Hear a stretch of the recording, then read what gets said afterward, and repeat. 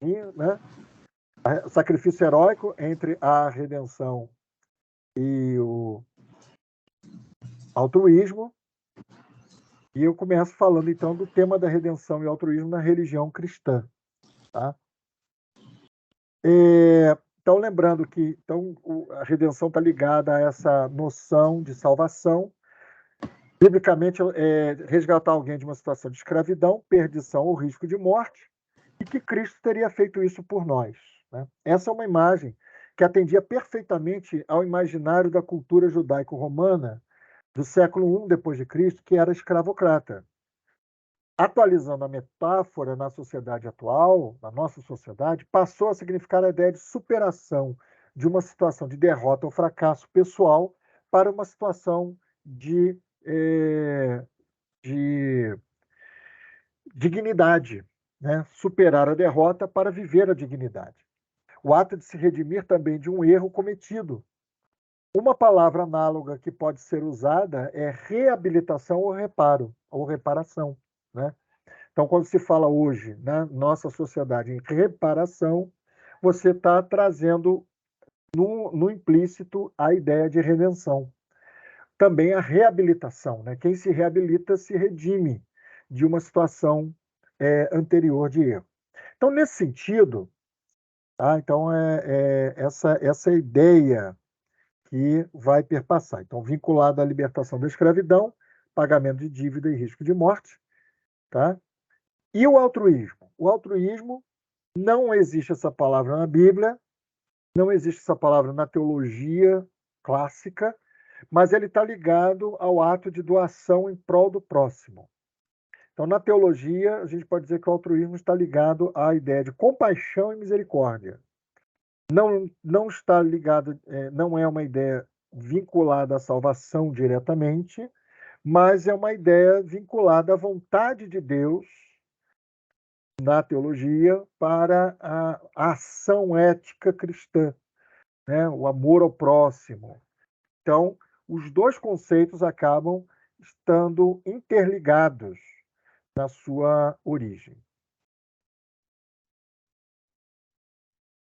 Então, na atualidade, redenção é a superação de uma derrota ou fracasso pessoal, pode-se usar reabilitação ou reparação, e o altruísmo, atitude e sentimento de pessoas em prol de outras, sem busca de lucro. Também existe palavras correlatas hoje para altruísmo, que é a filantropia e a solidariedade. Né? Então,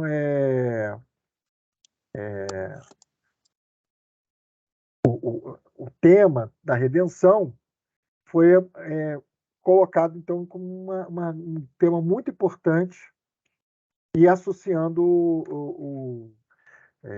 com o mundo dos heróis, o que a gente percebe? O tema da redenção foi ampliado e aplicado nas narrativas de heróis e heroínas. Na verdade, a gente percebe uma mescla com o tema cristão, associando redenção com altruísmo. Se a gente pensar na concepção cristã de ética, a palavra altruísmo está ligada ao amor incondicional ao próximo, que tem sua raiz no exemplo de Jesus Cristo. Em diversas ocasiões, a gente vê o Evangelho registrando a determinação de Jesus sobre as obrigações rabínicas da Torá, de que o mandamento mais importante da lei é de amar a Deus e ao próximo. E aí a gente tem uma série de elementos que vão reforçar essa ideia. Né? Nesse momento, então, eu quero falar sobre o sacrifício heróico em personagens de histórias em quadrinhos. Tá? Eu vou me ligar em história de quadrinhos. É lógico que vários desses heróis têm a versão cinematográfica, tem as séries, as animações, etc, etc. Mas o meu foco foi a versão dos personagens nas histórias em quadrinhos. Pode ser que também eu fale de personagens que vocês nunca ouviram falar, eu vou dar aqui explicações. E pode ser que alguns aí denunciem sua idade quando reconhecerem certos heróis. Então, fiquem atentos e atentas aí.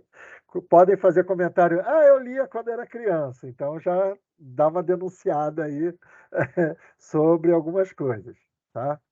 Bom, Primeiro, nós vamos tratar da ideia de vilões e vilãs regenerados e regeneradas. Até é engraçado que eu ilustrei aqui, não foi com ninguém dos quadrinhos, né, Cléber? Aqui ninguém mais, ninguém menos que o Darth Vader, né? O famoso pai do Luke. Como é que era o nome dele? Era o. Ai, meu Deus do céu. Anakin. Anakin Skywalker, Anakin, né? Anakin. Isso. E ele, no final do terceiro filme, O Retorno de Jedi, quando ele se reabilita com seu filho, né? Ele se redime, né? Então, essa cena é uma cena de redenção também que a gente tem aí. Mas eu vou tratar de quadrinhos, né? O primeiro personagem que eu quero falar é essa figura bastante curiosa, é do Homem Borracha. É o Homem Borracha. O original Homem Borracha, muito antes do Reed Richards, né, o Senhor Fantástico, e de outros que têm o mesmo tipo de poder. Esse é o original. É um personagem muito doido, inclusive. Não, não merece, não serve muito de exemplo para muitas coisas, mas a história dele é muito interessante. Ele foi apresentado na revista Police Comics, número 1, de 1941, e o nome dele era Patrick E. O'Brien, que era um pequeno vigarista que se especializou em diversos tipos de crime, de ladrão a roubador de cofres. Então ele nunca foi alguém bom, confiável, mas teve uma noite fatídica que mudou tudo isso. Ele estava trabalhando numa fábrica de produtos químicos e foi baleado no ombro e acabou caindo num líquido lá meio estranho. Quando ele acordou, ele estava sendo cuidado por um monge, já que os amigos dele, os cúmplices, tinham o abandonado. A partir daí, Estava sendo cuidado por quem? por um monge, Um monge. um monge que apareceu lá no lugar, entendeu? A partir daí, o eu notou que, além de novos poderes elásticos, ele também tinha ganhado uma segunda chance. E aí, com aquela situação, ele passou a buscar ser uma pessoa melhor. O personagem tem uma personalidade ambígua, que inclusive parece que ele transita entre o caos e a ordem. O Rubem Marcelino Bento da Silva, ele tem um site que ele fala desses heróis, ele comenta o seguinte: esses elementos de entrada, ambiente noturno, crime, ferimento, acidente, fuga, traição, abandono, constroem um cenário caótico que vai servir de base para a emergência do princípio personalizado que introduzirá a ordem. Chama atenção, porém, que esse princípio personalizado de ordem é forjado a partir da mesma substância de que o caos é feito. Então, eu é o caos animado e encarnado. Eu virá a ser a ordem personificada. Como a serpente arquetípica na antiguidade, eu conserva a mesma ambivalência. Então, é um personagem ambivalente. E o Homem Borracha nos indica que o fato de ter mudado de relação, de lado em relação à lei, não tira do personagem as ambiguidades próprias dele. E isso pode ser percebido também em outros personagens. Tá? Então, esse é o primeiro. A segunda personagem é a Viúva Negra. Viúva Negra, e vocês conhecem, a maioria deve conhecer mais pelos filmes da Marvel. Nos quadrinhos, ela tem uma origem muito difusa, muito clara, mas o que se sabe a partir das informações que se busca dela é que ela era uma espiã a serviço da União Soviética, porque nos anos 80, quando ela foi criada, né? Aliás, ela aparece já nos anos de 1960, não é 80 não, mas nos anos 60 você tem aí já uma explosão desse medo como é que é, da invasão comunista, né? Começa nos anos 50, né, na verdade. E aí eles criam personagens para combater ou para falar dessa questão aí soviética. E ela, então, ela trabalhava a serviço do Tentáculo, fazendo várias missões assassinas. A sua primeira aparição nos quadrinhos aconteceu em Tales of Suspense 52, uma história que envolvia também o vilão Dínamo Escarlate, que era o inimigo do Homem de Ferro. A Natasha trabalhou em várias missões de espionagem contra o Tony Stark, inclusive. Numa delas, manipulou o Clint Barton, o Gavião Arqueiro, que estava interessado por ela, tá? Isso aparece no Tales of Suspense 57, também de 1964. E o Clint acabou enfrentando o Homem de Ferro e no combate a Natasha é ferida acidentalmente por Clint, que foge com ela. E aí é curioso que justamente a relação com o Clint que a motivou a se juntar aos Vingadores, e aos poucos ela foi se adaptando a uma nova vida, se tornou agente da SHIELD e passou a combater o superterrorismo ali no universo Marvel.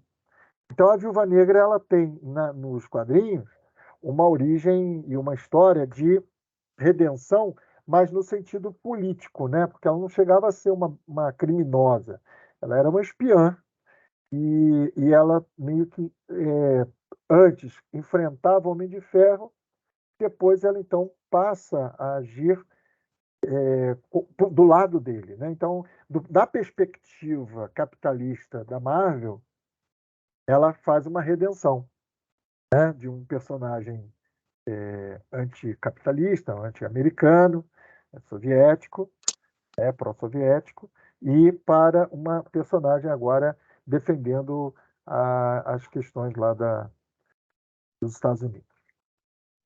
O próximo também é uma figura interessante, que é o Homem-Formiga. Também, vocês devem ter visto o filme, teve bastante fidelidade, né?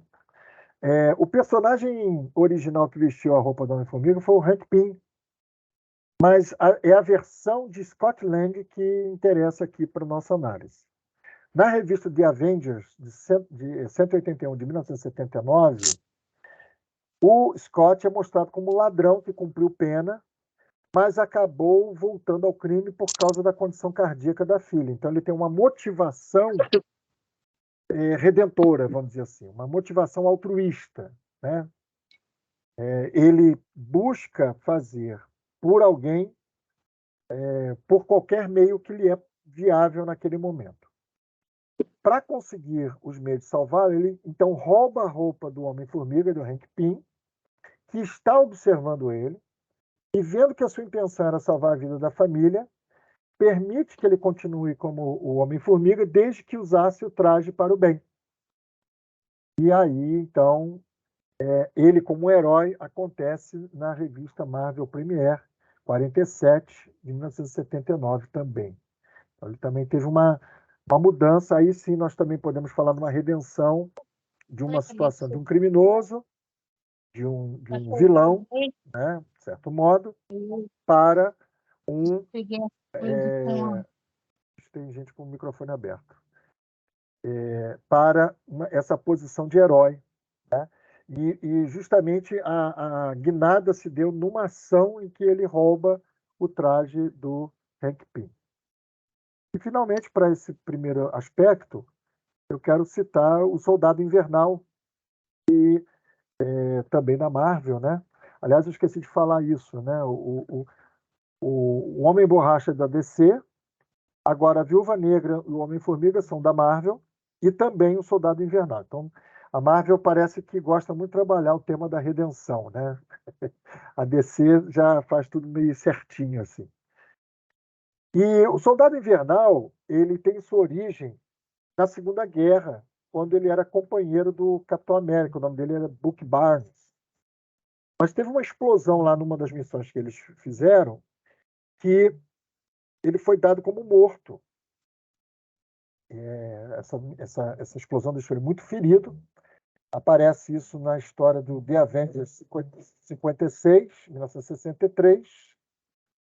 E ele é deixado de lado. Ele fica de lado. Anos depois, na revista Captain America, volume 5, número 8, 2005, é mostrada a sua origem como soldado invernal. O que aconteceu? Ele foi recuperado pelos soviéticos e aí foi exposto a diversos experimentos, inclusive do soro do super soldado, mesmo que fez o Steve Rogers virar o Capitão América. e uma lavagem cerebral para ele esquecer sua identidade. Isso foi mostrado com bastante fidelidade naquele filme do Capitão América, Soldado Invernal. Ele se tornou uma arma para eliminar inimigos soviéticos e só recuperou sua consciência com a ajuda do Capitão América muitas décadas depois que se separaram. Ele acabou se afastando novamente quando ele destruiu um cubo cósmico que o Caveira Vermelha tentava possuir. Então, de acordo com o Claude Jung, num comentário sobre esse personagem, ele diz que Ed Brubaker, que é o criador do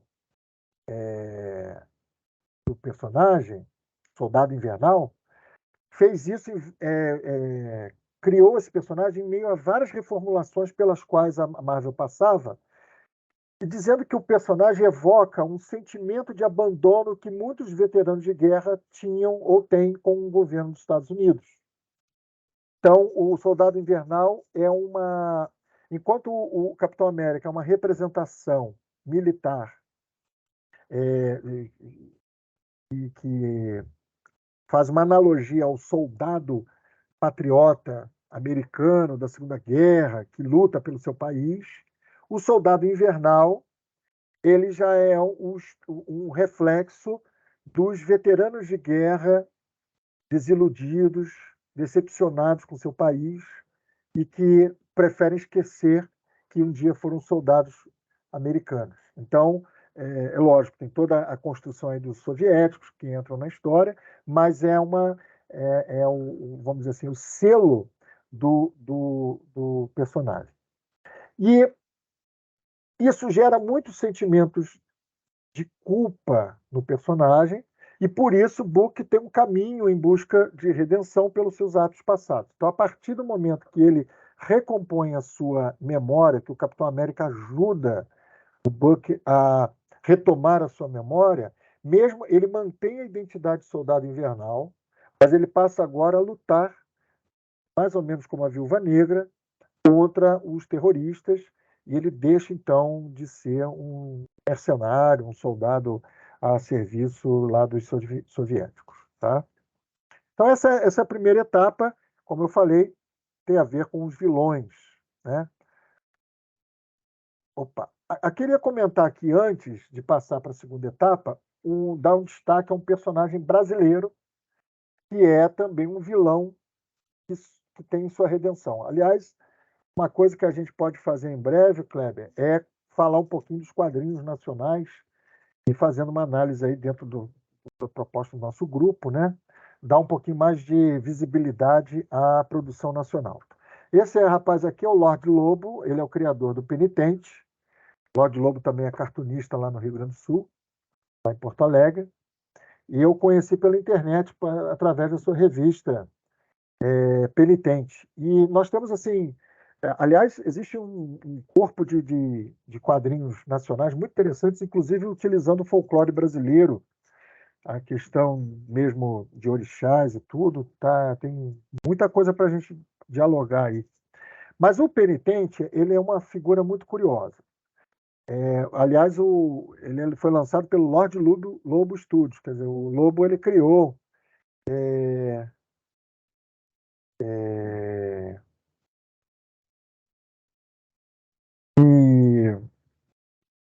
que a gente tem assim, um anti-herói brasileiro, criado por ele, né, Lorde Lobo, tem um perfil daqueles assassinos extremamente bem preparados a serviço de uma agência internacional.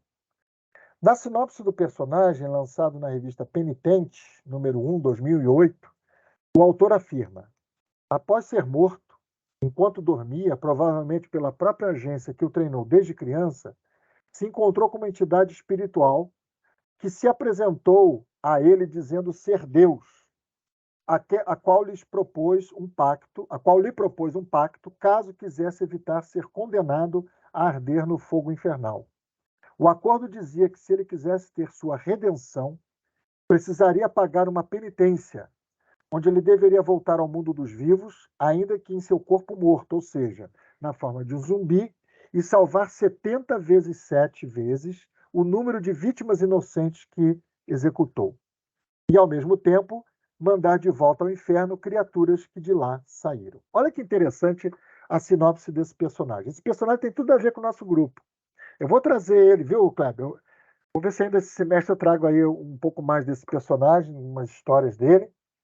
Mas é assim, esse personagem está repleto, imerso na concepção cristã de redenção, mas numa perspectiva invertida, né, diferente, porque usa a violência ou combate a violência, com violência, claro, para fazer a redenção. Pois não, Cléber?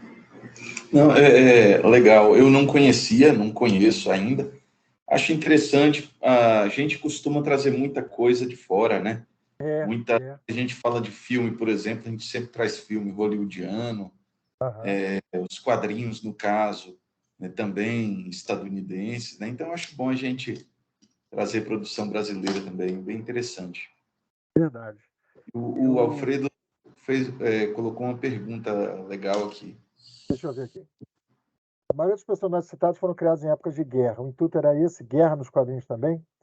Eu entendo assim, Alfredo, os quadrinhos, nos Estados Unidos, principalmente, eles sempre serviram como uma forma de analisar o momento histórico da sociedade americana. Então, eles refletiam situações da vida real para dentro dos quadrinhos, de maneira fantasiosa ou, às vezes, realista. Então, isso começou muito forte na década de 1940, que tinha duas vertentes. Aí é uma pequena aula de história dos quadrinhos norte-americanos, né? Tinham duas vertentes ali. Você tinha a vertente de histórias de guerra realistas, focadas ali ou realistas ou fantasiosas, mas focadas em alimentar um espírito patriótico. Então você vai ter uma história do Capitão América socando Hitler, você vai ter uma história do Superman da DC socando Hitler. Quer dizer, o Hitler está sempre sendo saco de pancada desse pessoal no mundo dos heróis. Então o Superman vai combater as forças nazistas. O Capitão América ele já foi criado para isso, né? Um personagem é um soldado, né? Então de fato ele nasceu já no cerne dessa composição. Inclusive o Capitão América fazia parte de um grupo, se eu não me engano, como é que era o nome do grupo? Você lembra? É o grupo Os Vingadores original ou tinha outro nome? Que tinha lá o Tocha Humana, o Namor, tinha uns outros personagens. Então ele fazia parte desses já na época da guerra. E da parte da DC, o Superman enfrentou, teve também o Sergeant Rock, que na verdade é um pouco posterior, mas que vai falar da Segunda Guerra. Mas você tem uma segunda linha de quadrinhos nessa época, que explodiu também, que é de detetive, de super-herói, de um modo geral, de terror. Quer dizer, o pessoal. De terror até foi mais forte depois, mas na década de 40 tinha muito de super-herói, que aí já era um outro viés. Era uma forma de amenizar a dor da realidade. Então, os quadrinhos também serviram de estruturação de um modo de entretenimento para que as crianças, eram muito focadas nas crianças, inclusive, e adolescentes, tivessem outras aspirações e pensassem positivamente, defendendo o bem. E era tudo muito maniqueísta, né? O personagem do bem nunca era estranho ou ambíguo, era sempre muito clara a posição desse personagem, e o personagem do mal era o mal mesmo, ele nunca tinha uma ação benigna, isso era uma forma de manter o bem e o mal muito bem estruturados. E sobre o penitente, só para fechar, né? É interessante que o personagem atua em favor de pessoas ameaçadas para cumprir a missão, é, e mantém esse toque religioso, no sentido de que foi Deus que o chamou, e ao mesmo tempo ele está fugindo do inferno, né? Para isso ele enfrenta inclusive demônios. Então é um personagem bem instigante. Agora, o sacrifício em personagens de HQ, o heróico, com heróis improváveis. Heróis improváveis. Aqui, mostrando aqui, vamos dizer assim, ilustrando, está o Spirit, que é um personagem revolucionário da década de 1940, criado por Will Eisner. É revolucionário em que sentido? No estilo narrativo. Will Eisner era muito criativo. Os quadrinhos dele daquela época, comparado com os outros, estavam 50 anos na frente. Ele fazia enquadramentos que ninguém fazia. Todo mundo fazia enquadramento chapado. O Will Eisner não. Ele às vezes, ele pegava como se fosse uma câmera. Então era cinematográfico o quadrinho dele. Pegava como se fosse uma câmera olhando do chão para cima ou do teto para baixo, sabe? Às vezes os personagens eram colocados em posições meio estranhas ou não apareciam direito. Ele não tinha preocupação estética padrão. E por isso ele criou um estilo muito próprio e influenciou gerações de quadrinistas. O Will Eisner foi um gênio, realmente. E as histórias são muito simples. O Spirit, às vezes, não faz nem muita coisa nas histórias, mas é muito interessante. Ele é um personagem improvável, também é um herói improvável. Mas nós vamos falar de outros aqui. O primeiro é o Homem-Aranha. O Homem-Aranha é um herói improvável. Ele tem uma história de redenção que o torna herói. Por quê? Vamos lembrar a origem dos quadrinhos, né? Apesar de ser muito conhecido, né, e muito antigo, ele é de 1962, é ainda muito vivo. A história do Homem-Aranha ainda é muito forte na cultura pop. A frase que imortalizou ele foi dita pelo seu tio Ben: com grandes poderes vem grandes responsabilidades. E essa frase se tornou o pivô da sua mudança. Quer dizer, a frase e o tio Ben, né, se tornaram pivôs da mudança dele de um adolescente com poderes para um super-herói. Vamos lembrar aqui que o Peter Parker era um estudante, fazendo uma experiência, ele foi picado por uma aranha radioativa. Aliás, nos anos 60, tudo que acontecia em termos de herói, de transformação, mutação, era com radioatividade. Anos depois, as coisas ficaram um pouco mais elaboradas, mais sofisticadas, mas naquele tempo era radioatividade, porque ainda não sabia-se que a bomba atômica podia matar e tal, mas havia ainda um certo, como é que eu vou dizer, uma fantasia de que a radioatividade pudesse produzir alguma coisa além de doença e morte. Pois bem, ele então é alçado, ele descobre com os poderes dele, né, que ele pode ganhar dinheiro, porque ele ganha um poder de força, né, de agilidade, e ele vai fazer luta livre. O primeiro filme do Homem-Aranha, lá de 2001, do Sam Raimi, é um filme que passa uma história bem fiel à origem do personagem. Então, o Peter Parker, alçado a celebridade instantânea, vai num canal de televisão fazer uma entrevista e ele deixa um ladrão fugir, porque para ele não era responsabilidade dele pegar o criminoso. Quando ele volta para casa, fica sabendo que um criminoso entrou na casa dos seus tios e matou o tio Ben. Aí ele vai furioso em busca do assassino. E aí, quando ele alcança o assassino, ele descobre, ele fica horrorizado saber que era o mesmo homem que ele deixou escapar. Aí ele fica transtornado, cheio de culpa. E aí o Peter faz uma revisão das suas prioridades, lembrando as palavras do tio Ben sobre responsabilidade. A partir de então, ele é tomado por essa obsessão, né, de agir pelo bem, de não deixar nenhum inocente sofrer, de sempre corrigir o mal, às vezes quase à custa da sua própria vida. E aí se diz que, na verdade, o sucesso do Homem-Aranha vem da sua humanidade, como afirma Rodrigo Guerrino. Ele vai dizer assim: alguns dos grandes atrativos trazidos pelo amigão da vizinhança além da pouca idade do seu alter ego, Peter Parker, muito parecida com aquela de seus próprios leitores, se relacionava aos dilemas rotineiros enfrentados pelo adolescente, como a falta de dinheiro, o conflito familiar, a perseguição pelos valentões da escola e os amores não correspondidos. O Homem-Aranha ganhou seus poderes sem que os quisesse, pela picada de uma aranha irradiada, amadureceu devido à morte do tio e passou a enfrentar toda sorte de bandidos e vilões. Então, a gente passa a ter no Homem-Aranha essa, que é um personagem mais famoso da Marvel, né? Disparado. Ele está para a Marvel como o Superman ou o Batman está para DC, né? Então, o Homem-Aranha é realmente o número 1 da Marvel e para algumas pessoas é o número 1 do universo de super-heróis.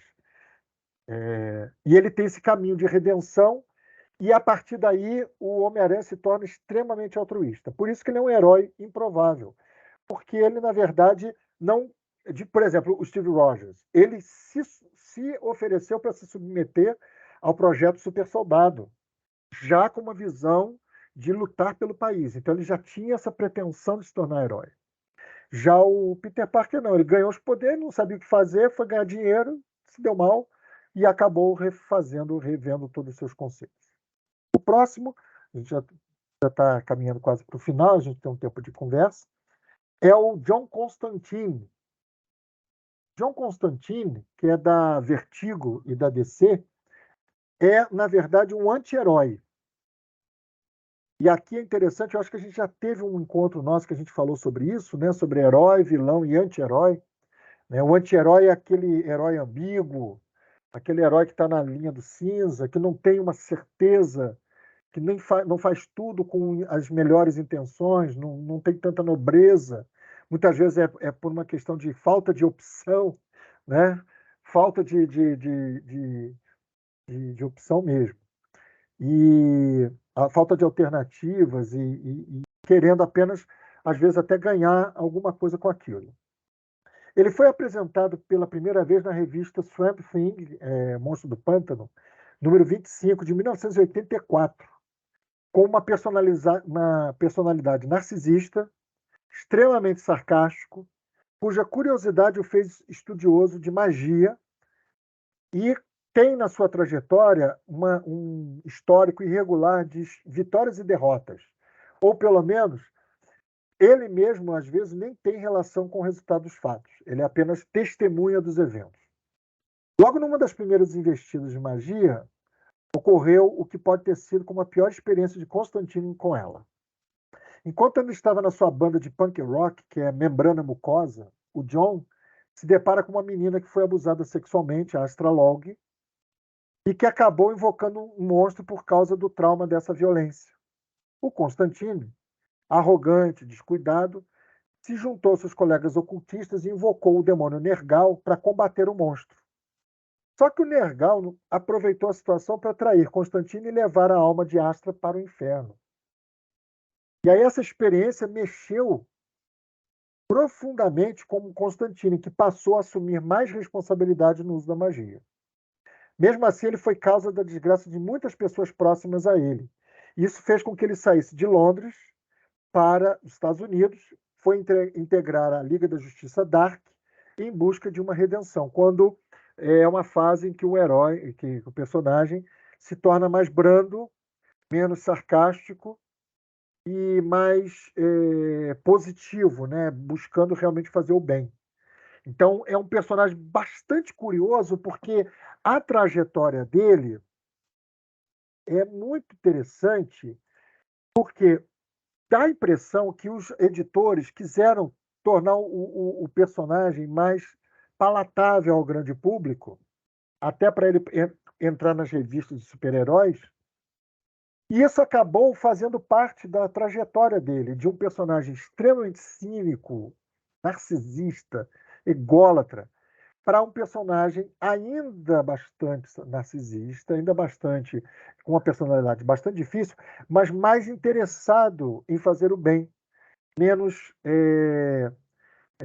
ele tinha uma coisa assim meio se der deu, se não der não deu. Ele passa a ter uma atitude mais positiva, mais propositiva, vamos dizer assim, em relação a combater o mal, tá? mas isso não impede que os colegas dele tenham muita desconfiança dele. Ele é um cara que, se tem alguém que o pessoal não confia, é no Constantine. É o preço que ele paga. Tem o Demolidor, que também é da Marvel. Eu tenho um carinho muito grande por esse personagem, gosto muito dele. É um personagem que é interessante. Você fala assim, mas ele, que redenção. Aí é mais a questão do altruísmo do Demolidor, né? Ele foi lançado já na revista própria Daredevil, número 1, de 1964, que mostra a história de Matthew Murdock, que ganhou seus poderes em um acidente com produtos químicos que causaram sua cegueira. Compensada, ele ficou cego, mas teve todos os outros sentidos aprimorados, inclusive um senso de direção, tipo de morcego, que ele consegue identificar os ambientes, né? Ele consegue projetar um radar para perceber o ambiente. Só que ele só se tornou herói a partir de uma tragédia que não foi ele quem causou. O pai dele, o Jack Batalhador Murdock, era boxeador e foi morto porque não aceitou entregar uma luta combinada. Ele estava tudo combinado com o chefão lá de entregar uma luta, um tal round, porque o pessoal estava apostando. Mas quando ele viu que o Matt estava lá no ringue, né, assistindo, ele não não aceitou entregar a luta. Ele lutou até o fim e venceu a luta para agradar o filho. E o filho já era adulto até, estava estudando direito. Vejam, ele ganhou os poderes adolescente, mas escondeu isso do pai e de todo mundo durante anos. E aí, quando o pai dele morre, essa tragédia, esse evento traumático faz emergir o herói que estava submerso até aquele momento. Aí ele coloca uma roupa lá de tipo de boxe e corre, movido por vingança, primeiramente. Ele vai corre contra o vilão lá, o chefão que mandou matar o pai dele. E o chefão morre, porque o chefão tinha um problema no cardíaco e, com medo de ser espancado por ele, acaba morrendo. E ele, então, entende que ele tem uma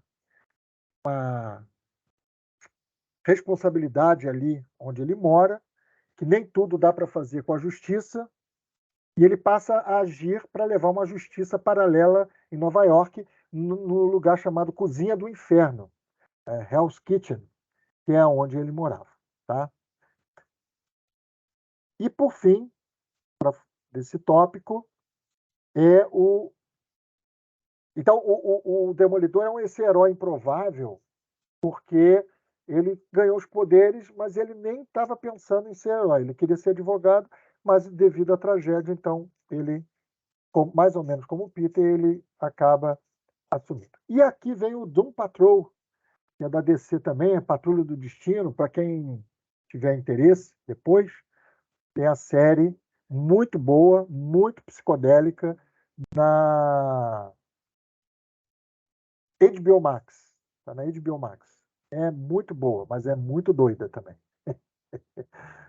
A Patrulha do Destino, ela foi lançada na revista My Greatest Adventure, número 80, de 1963. É bem antiga. É um grupo de párias da sociedade que desenvolveram poderes especiais a partir de diferentes acidentes. E esse grupo foi criado pelo Niles Calder, que usa o codinome Chefe. E que, olha só que coisa, ele foi o responsável pelos acidentes. Então ele fez o pessoal se ferrar para criar super seres que ele juntou com o fim de torná-los um grupo de heróis. Então é um grupo de heróis desajustado, não é estilo Liga da Justiça, não é estilo Os Vingadores, é um grupo desajustado de heróis, porque são pessoas traumatizadas, pessoas que não se aceitam plenamente, mas que têm poderes e que, por conta disso, fazem o bem, né? E aí você tem o Homem Negativo, que é o Larry Trainor, o Homem Robô, Cliff Steele, Mulher Elástica, Rita Farr, e Mento, Steve Dayton. Mas depois teve várias outras formações. Essa é a formação original, mais antiga. Mas depois você tem várias outras formações. E a da série da HBO Max tem alguns desses aí. É um grupo com muitos problemas, o que torna suas ações ainda mais heróicas. Por quê? Em algum momento, vários desses personagens dão a vida, literalmente, para salvar pessoas. O grupo original, por exemplo, ele deu a sua vida para salvar um vilarejo de pescadores, obrigando a criação de uma nova formação. Isso também aconteceu, em parte, com o X-Men. Não sei quem acompanha as histórias do X-Men, mas vai lembrar que, na época, quando entrou o John Byrne e o Chris Claremont como escritores e desenhistas da saga do X-Men, nos anos 80, houve uma reviravolta, porque um inimigo muito poderoso matou vários, ou detonou com vários membros da formação original, e aí o Xavier fez um recrutamento de novos, inclusive o Wolverine. É aí que o Wolverine entra nos X-Men, e a partir daí passou a ser até o símbolo dos X-Men, né? Mas então, dos exemplos listados nessa categoria, eu diria que a Patrulha do Destino é o mais improvável. Por quê? É considerado muitas vezes um grupo criminoso. Ele não tem ele é um grupo daqueles que está numa coisa de anti-heróis, mais do que daqueles heróis decididos. Bom, para conclusão, para consideração final, agradecimento, eu quero só dizer o seguinte. Aqui nós apresentamos o arquétipo do sacrifício heróico como um motivo arquetípico bastante presente nas histórias em quadrinhos. Não deu tempo de eu entrar muito no detalhe, mas existe o arquétipo desse sacrifício heróico, ele vem lá dos gregos, tá? Ele vem lá de Homero, por conta do personagem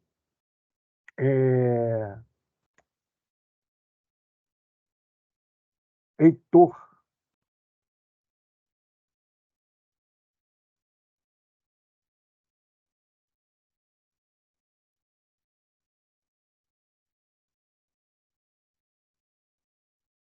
Isso, é o Heitor, tá? Ele fala que o Heitor ele estabeleceu no Ocidente a ideia do ato sacrificial, do herói que se entrega para tentar salvar o seu grupo, né? E ele faz isso com Aquiles, né? Ele enfrenta Aquiles para tentar impedir a destruição de Troia. Então, esse ato heróico que aparece na Grécia Antiga, em Homero, vai sendo trabalhado no decorrer dos séculos, e no mundo dos heróis ele acaba se tornando uma matéria-prima muito poderosa para a elaboração dos heróis. Tanto a redenção quanto o altruísmo, que são elementos presentes na ideia do sacrifício heróico, que são pontos de convergência e de expressão. O que é o sacrifício heróico? Vamos pensar nos heróis. Eles deixam de viver a sua própria vida para viver em função dos outros. Eles não necessariamente sacrificam a vida no sentido de morrer, mas sacrificam a vida no sentido de, como a gente fala do discipulado de Jesus, né? Gastar a vida pelo próximo, né? Se doar, se não pensar em si em primeiro lugar. E às vezes por uma questão de redenção e muitas vezes por uma questão de altruísmo. Então, pensar a motivação que envolve as ações dos heróis e heroínas é um exercício bastante interessante para indicar a relação deles com arquétipos que nós já falamos. É interessante que na vida real esse arquétipo ele está presente em algumas profissões, né, como bombeiros, policiais, médicos, médicas, né, e outras profissões que arriscam a própria vida, trazem no fundamento da sua missão o arquétipo do sacrifício da própria vida. Tá? E, de certo modo, se pensarmos como os arquétipos são recorrentes no imaginário da sociedade, tê-los concretizados em história de heróis e heroínas é um modo de motivar as pessoas a pensar no melhor que podem fazer e ser no mundo. De certo modo, a gente pode dizer que as histórias, como a do Homem-Aranha, promovem no imaginário da juventude, ou queria promover, tem esse objetivo, o desejo de fazer o bem, mesmo não estando com a vida toda resolvida, né? Mas, como sinal dos tempos, nos últimos anos, os quadrinhos deram mais espaço para heróis ambíguos, anti-heróis, que ficam no limite entre o crime e o heroísmo. Até mesmo heróis clássicos, como Batman, passaram por alterações que o aproximaram de atitudes mais fascistas, né, vilanescas, do que heróicas. Então, nós acreditamos que isso, como eu falei para o Alfredo, né, se os quadrinhos refletem a realidade e dialogam com ela, então nós hoje temos heróis muito mais dissonantes, né, muito menos modelares que nos tempos passados. E pode ser uma fase que se passe, ou que essa ambiguidade seja aprofundada, considerando a possibilidade do nosso tempo ser ainda mais marcado por certa incerteza de valores que envolvam a prática do altruísmo. Tá? É isso, então. Muito obrigado. E estamos aí. Deixa eu parar aqui. Muito bom, Marcelo. Muito bom. Valeu. Eu não sei se temos perguntas dos amigos, das amigas, telgeekianos, telgeekianas. Eu fico pensando se esse tema do auto-sacrifício, né, não é um negócio assim que caracteriza também, de modo geral, quase todos os heróis. Né? Ou se sacrificam, né, morrendo, ou se sacrificam, às vezes, perdendo partes da vida, né, perdendo privilégios que talvez pudessem ter, né? Verdade. Parece que é um negócio que caracteriza os heróis, assim, de modo geral. De modo geral, né? É muito curioso que, por exemplo, o Superman, nos últimos anos, tem conseguido estabelecer uma relação até de continuidade, né? Constituiu família com a Lois Lane, tem filhos e tal. Mas em cima disso já são criados outros conflitos, outros dilemas. Tem até uma série na HBO Max agora, né? Superman e Lois, né? Trata disso. Então, até mesmo na tentativa de trazer a esses heróis a possibilidade de tentar viver uma vida mais tranquila, ainda se mostra como isso é complexo. Então, o sacrifício continua no horizonte deles, né? E essa coisa também que você falou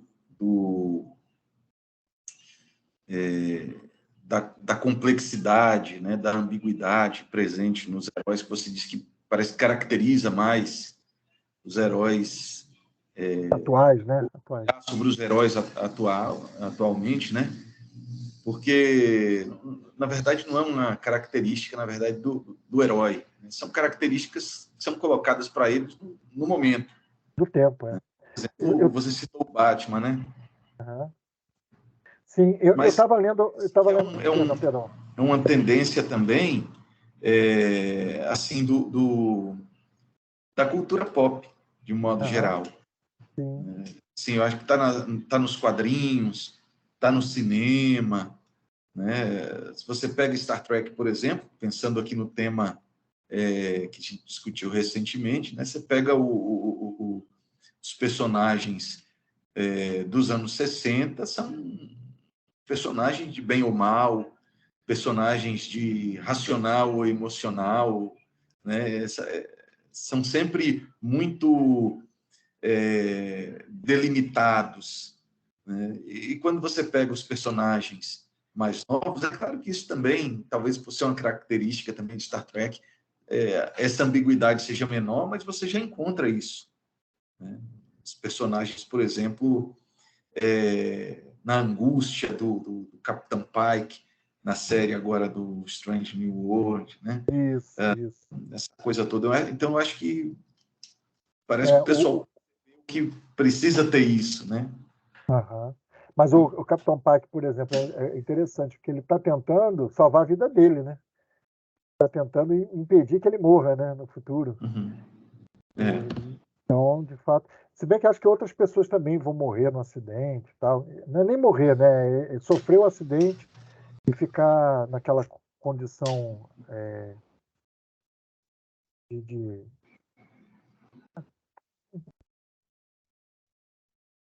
queimado, né, que ele fica, né? Totalmente queimado. Eu estava lendo recentemente, eu comprei, recentemente não, já tem uns anos, mas saiu uma nova série do Capitão América que me chamou a atenção, porque o Alex Ross é que fez as capas. Não sei se você sabe quem é o Alex Ross.